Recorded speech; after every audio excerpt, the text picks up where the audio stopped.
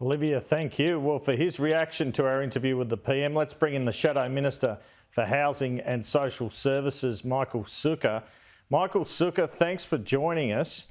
What did you make to some of the PM's comments? He said it basically would be a short, sharp campaign for The Voice. He won't be announcing it at Gama. It sounds like he wants it just to be 5 to 6 weeks. He claims it can still succeed. What do you think? Well, I think there was a few extraordinary admissions there, Andrew. I mean, firstly, Anthony Albanese laying the blame for the current predicament of their campaign at the so-called Yes campaign is pretty strange, given that he is the Yes campaign. He should be looking at himself and his ministers. This is an Albanese government proposal. It's been pushed by the government. Quite frankly, I've got a lot of people around the country saying to me that they're very irritated that it seems that the government's focused more on The Voice than they are on the cost of living pressures that they're feeling. So I think it's pretty strange that Anthony Albanese now is sort of trying to distance himself by, in some way, saying it's, that the Yes campaign's got to do more work. I think really the problems for their campaign start with Anthony Albanese and his government. They refuse to answer basic questions about this proposal. They throw invective and insults at anybody that comes out and questions it.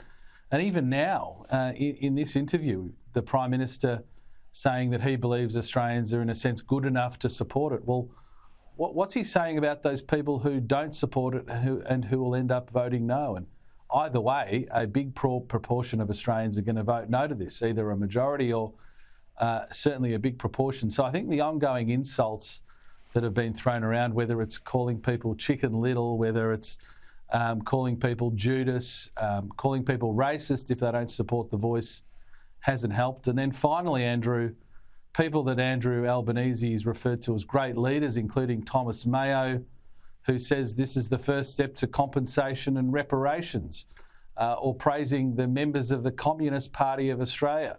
I think he really needs to look closer to home rather than somehow now trying to blame the so-called Yes campaign. Well, he should look at himself and his ministers. It's also pretty clear from what he was saying, he's not for turning when it comes to saying, OK, let's just do constitutional recognition. It's chips in on this, isn't it? He basically either The Voice passes at referendum or that's it for constitutional recognition, it seems. And I think a lot of people have highlighted the dangers here, and that is that, from our perspective as a coalition, constitutional recognition should be a moment that unites the nation. That's obviously something we support. We don't support the very radical and very risky voice that Anthony Albanese is attached to recognition. And he's now seemingly determined to make this a highly divisive and I think potentially difficult thing for our country, come what may. I think it's quite extraordinary. I know that many have suggested that he should scrap this proposal, focus on what unites Australians being recognition. But you're right, Andrew. I think seemingly he is keen, to, in his mind, secure his own legacy, have his own Redfern moment, even if it's at the expense of the cohesion of our nation. Now, he said there that he basically implied that Peter Dutton was trying to wear his government down with negativity on every single issue, and he said that won't work. What do you make of that? Well, Andrew, you don't sort of need to be someone who's talking to hundreds and hundreds of people to realise that there are a lot of people in our community struggling, and it's not negativity to highlight their struggles, whether it's those forgotten people who are mortgage holders, who are really struggling, who I think are now Australia's sadly working poor. They work all week, pay their mortgage, pay their rent, pay their grocery bills, pay their electricity bills, and there's nothing left over at the end. Renters we've spoken a lot about. But people who are struggling throughout our economy. Now, us highlighting their struggles and asking the government to focus on some of their struggles as opposed to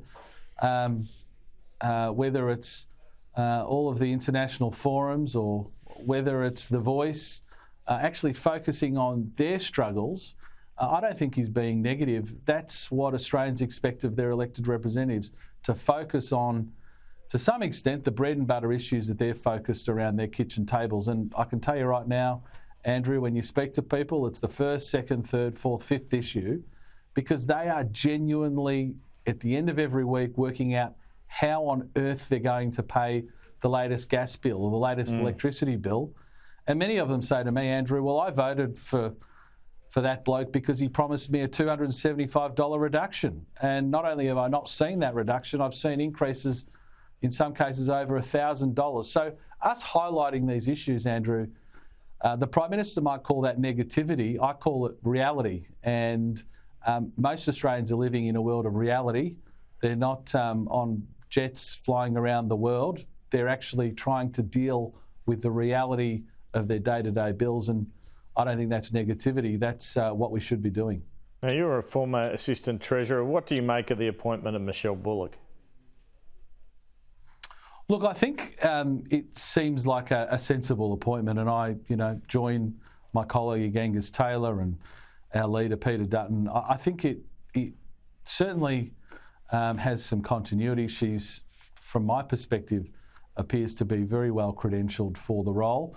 And what I want to see from the government is, both in word and in action, ensuring that they do what they can to help the Reserve Bank achieve what they're trying to achieve, which is a stronger economy for Australia. Because what we've seen to date is the government spending money which is working counter to what the Reserve Bank's trying to do. And as a result, Australians are suffering with higher inflation and persistently sticky inflation. Well, so I think what they need to do, in having made that appointment, is...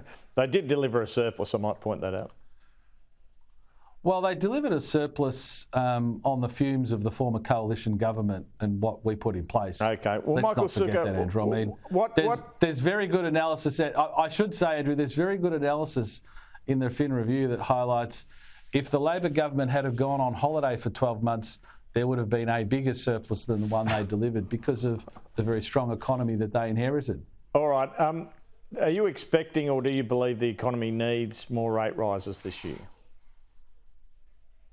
Well, look, I think the answer to that is pretty simple. If the government, as I said, doesn't support their new appointment in the RBA in putting downward pressure on inflation, then there will inevitably be increases. If they do their job and help the RBA reduce inflation, then the chances of that happening will be lower. But what we've seen to date, sadly, from the Labor government is that they've been working counter to the Reserve Bank, which I think means that rates will be higher for longer. I hope that they have learnt their lesson, but, seeing that very self-satisfied interview you just had with the Prime Minister, it doesn't seem that they have learnt much. The Prime Minister seems to think it's all very rosy for everybody out there and he's riding high. So that doesn't give me great confidence that they're likely to reflect on what they need to do to get downward pressure on inflation. All right, you're in one of the toughest seats to hang on to at the next election in Deakin. Did you take any comfort out of the Fadden result? Well, look, I think we always overanalyse these sorts of results. I think what surprised me was just how determined the government has been to say nothing to see here, no message, we're not taking any message from it. I think these are always layered. By-elections are always a bit strange in different ways. But I would have thought a responsible government and a government that wasn't so arrogant would actually say and would level with the public and say, look, we appreciate your suffering. We appreciate the cost of living or housing crisis that is being felt by millions of Australians out there, and we'll redouble our efforts. Instead, what you see is, including from the Prime Minister just now, Andrew, just completely ignoring the message that voters sent on Saturday. So, look, from my perspective, Andrew, politics is very fluid, and at the next federal election, we'll be fighting hard in my seat and in dozens of seats around our country to either hold or win back. And we never take those for granted. And in the end, I think the government will be judged on so many of the very poor decisions that they're putting in place now, because I think they will bear sadly negatively for our country at the time of the next election. And it won't be negative for us to highlight why those poor economic decisions have led Australians to suffer. Just finally and briefly, do you think Peter Dutton is someone Australians can get to like? Of course, but I've always, ever since a young man studying John Howard, being liked is important, but being respected is the most important. And anybody who has seen Peter Dutton's work, whether it's in the myriad of portfolios he had in government or now in opposition, respect his work, respect his standards, respect his ethics, and respect his values. I personally do, obviously, working very closely with him. And I think in the end, what will guide people's decisions when they vote is who they respect and who they think they can get the job done. And I have no doubt that Australians, when the time comes, will answer in the affirmative with respect to Peter Dutton. Shadow Housing and Social Services Minister Michael Sukkar, thanks so much for your time this afternoon. Good on you, Andrew. Thank you.